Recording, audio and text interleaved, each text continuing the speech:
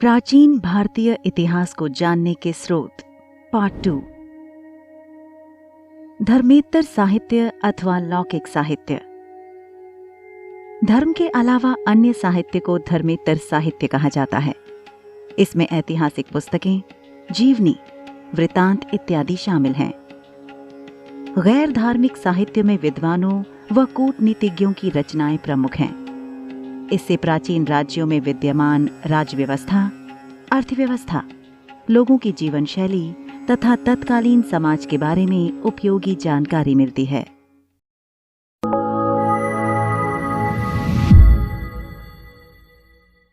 नमस्कार, आप देख रहे हैं ज्ञानी रैबिट के बैनर तले इतिहास की परख।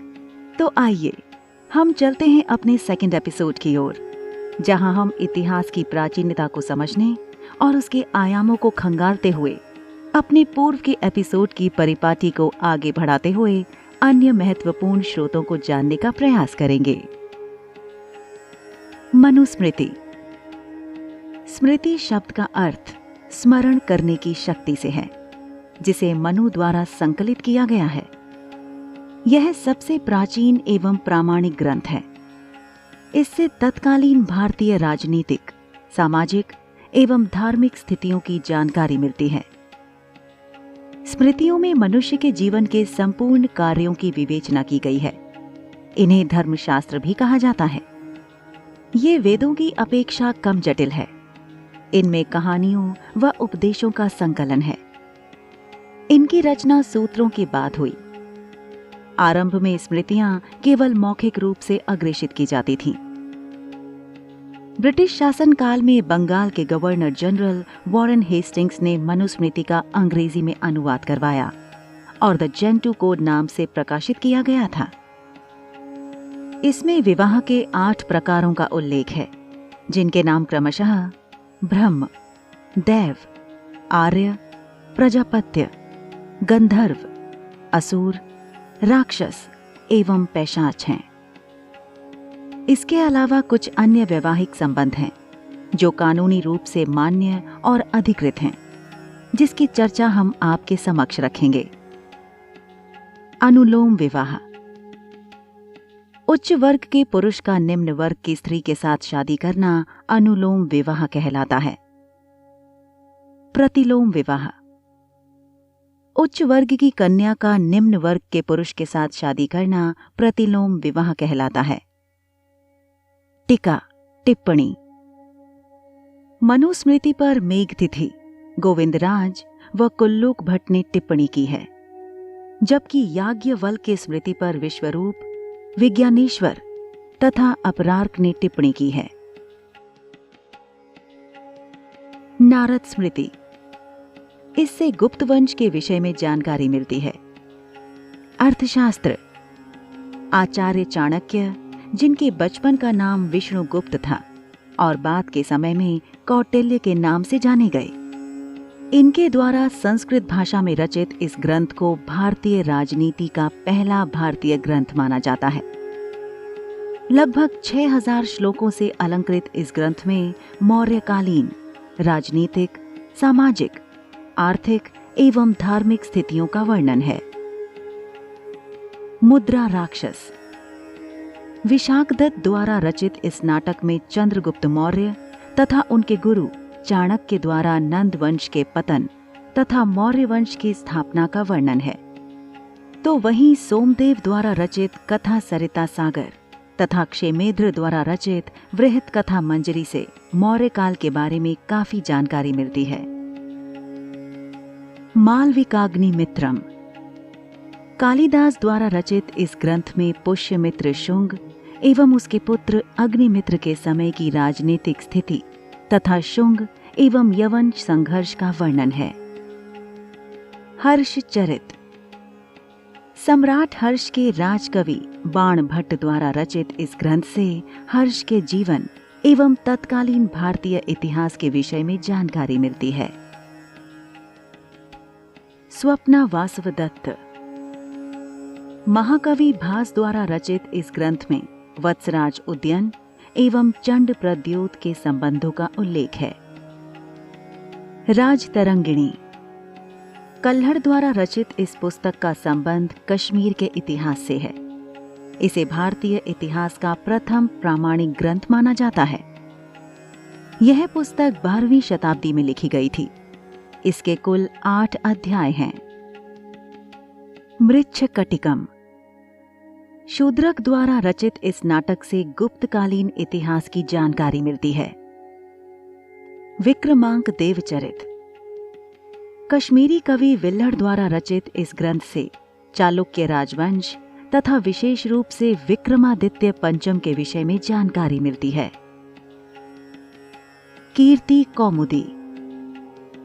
सोमेश्वर द्वारा रचित इस काव्य से चालुक्य वंशीय इतिहास की जानकारी मिलती है। अवंती सुंदरी कथा। महाकवि दंडी द्वारा रचित इस ग्रंथ से दक्षिण भारत के पल्लवों के इतिहास की जानकारी मिलती है। अष्टाध्यायी।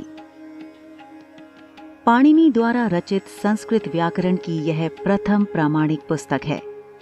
इसमें 5वीं शताब्दी ईसा पूर्व के समाज पर प्रकाश डाला गया है। साथ ही कुछ अन्य गैर ब्राह्मण ग्रंथों के अध्ययन से प्राचीन भारतीय इतिहास की घटनाओं को क्रमबद्ध रूप से जोड़ा जा सकता है। जैसे संध्याकर नदी की रामचरितमानस में पाल राजा रामपाल की उपलब्धियों का वर्णन है। हेमचंद्र द्वारा रचित दिव्याश्रम काव्य में गुजरात के शासक कुमारपाल की उपलब्धियों का गुणगान किया गया है। पदम गुप्त की नवसहसांक रचित में परमार वंश तथा जयानक की पृथ्वीराज विजय में पृथ्वीराज चौहान का वर्णन है। विदेशी लेखक एवं उनके साहित्य। विदेशी साहित्य से भी भारत के प्राचीन इतिहास के बारे में काफी जानकारी मिलती है। यह विदेशी लेखक विदेशी राजाओं के साथ या फिर जिज्ञासावश भारत की यात्रा पर आए और परिणाम स्वरूप उन्होंने भारत की सामाजिक, आर्थिक तथा भौगोलिक व्यवस्था का वर्णन किया। लेकिन यहाँ हम विदेशी साहित्यिक स्रोतों को 3 भागों में बांटकर समझने का प्रयास करेंगे, जिनके नाम क्रमशः यूनानी व रोम के लेखक, चीनी लेखक और अरबी लेखक हैं। यूनानी व रोम के लेखक। हेरोडोटस। इन्हें इतिहास का पिता कहा जाता है। इन्होंने हिस्टोरिका नाम पुस्तक की रचना की, जिसमें भारत तथा ईरान अर्थात तत्कालीन फारस के बीच आपसी संबंधों का वर्णन है। यूनानी शासक सिकंदर के साथ काफी यूनानी लेखक भारत आए। इनमें नियार्कस, ओनिसिक्रिटस, एरिस्टोब्यूलस के वृत्तांत महत्वपूर्ण हैं। एरिस्टोब्यूलस ने हिस्ट्री ऑफ द वॉर नामक पुस्तक लिखी, जबकि ओनिसिक्रिटस ने सिकंदर की जीवनी लिखी। मेगास्थीन्स। यह चंद्रगुप्त मौर्य के दरबार में सेल्यूकस निकेटर का राजदूत था। इसके द्वारा रचित इंडिका नामक पुस्तक में मौर्यकालीन नगर प्रशासन तथा कृषि संबंधित क्रियाविधि का वर्णन है। डमास्कस। यह सीरियन नरेश अंटियोकस का राजदूत था, जो बिंदुसार के दरबार में आया था। डायनिसियस। यह मिस्र नरेश टॉलमी फिलाडेल्फिस का राजदूत था, जो बिंदुसार के दरबार में आया था। प्लिनी। इसने नेचुरल हिस्टोरिका नामक पुस्तक लिखी, जिसमें भारतीय पशु, पेड़ पौधों, खनिज पदार्थों के साथ साथ भारत और इटली के मध्य व्यापारिक संबंधों का उल्लेख भी देखने को मिलता है। और साथ ही अन्य यूनानी लेखकों जैसे टॉलमी द्वारा रचित जियोग्राफी तथा प्लूटार्क व स्ट्राबो की पुस्तकों में भी भारत के विभिन्न पहलुओं का विवरण मिलता है। चीनी लेखक। ये मुख्यतः बौद्ध धर्म का अध्ययन करने के उद्देश्य से भारत आए, जिनमें फाहियान, वेत्सांग तथा इत्सिंग का नाम प्रमुख है। फाहियान प्रथम चीनी यात्री जो गुप्त नरेश चंद्रगुप्त विक्रमादित्य के शासनकाल में भारत आया था।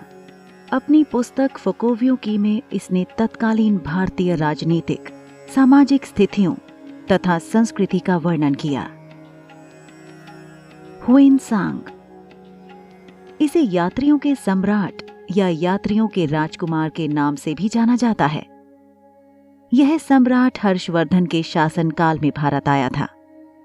इसके द्वारा लिखित यात्रा वृतांत सियुकी से तत्कालीन भारत के संबंध में जानकारी मिलती है। इसने नालंदा विश्वविद्यालय में अध्ययन तथा अध्यापन का कार्य किया था। इत्सिंग, यह भी एक चीनी यात्री था। इसने 670 ईस्वी के आसपास भारत के बिहार प्रदेश का भ्रमण किया था। इसने नालंदा विश्वविद्यालय में अध्ययन भी किया था। एक अन्य तिब्बती लेखक तारानाथ ने भी अपनी पुस्तक कंग्यूर तंग्यूर में भारतीय इतिहास पर प्रकाश डाला है। अरबी लेखक, ये लोग मुस्लिम आक्रांताओं के साथ भारत आए।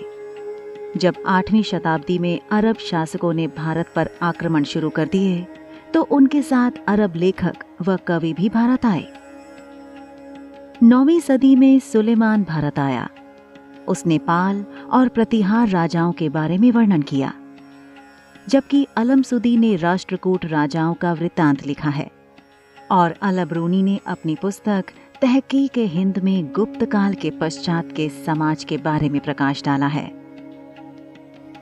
इस क्रम में हम दक्षिण भारत के इतिहास से संबंधित साहित्यिक स्रोतों को नजरअंदाज न करते हुए संपूर्ण भारत के सीमांकन में घटित हुई तत्कालीन राजनीतिक, आर्थिक, सामाजिक और सांस्कृतिक गतिविधियों को अपने इस एपिसोड को विराम देने से पूर्व आप सभी व्यूअर के साथ साझा करेंगे।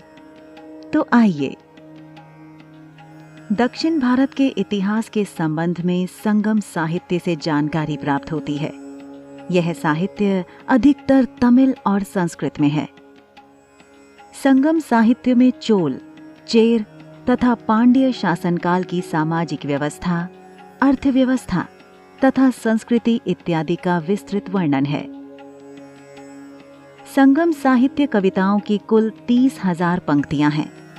ये कविताएं 2 मुख्य समूहों पटिनेडी कलकड़क्कू तथा पतुपात्तु में विभाजित है, जबकि पहला समूह बाद वाले समूह से पुराना है।